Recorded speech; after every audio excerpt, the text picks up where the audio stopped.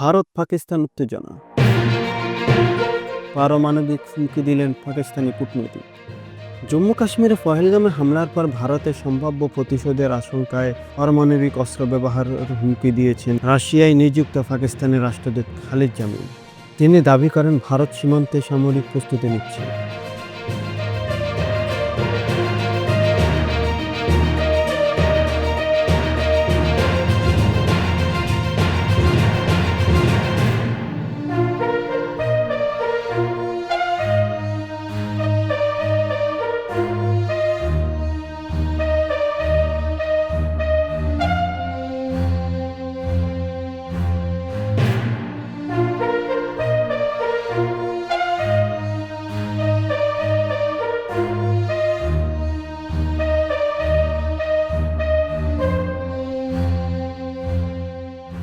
বিস্তারিত জানতে চোখ রাখুন আমাদের পরবর্তী ভিডিওতে। ধন্যবাদ।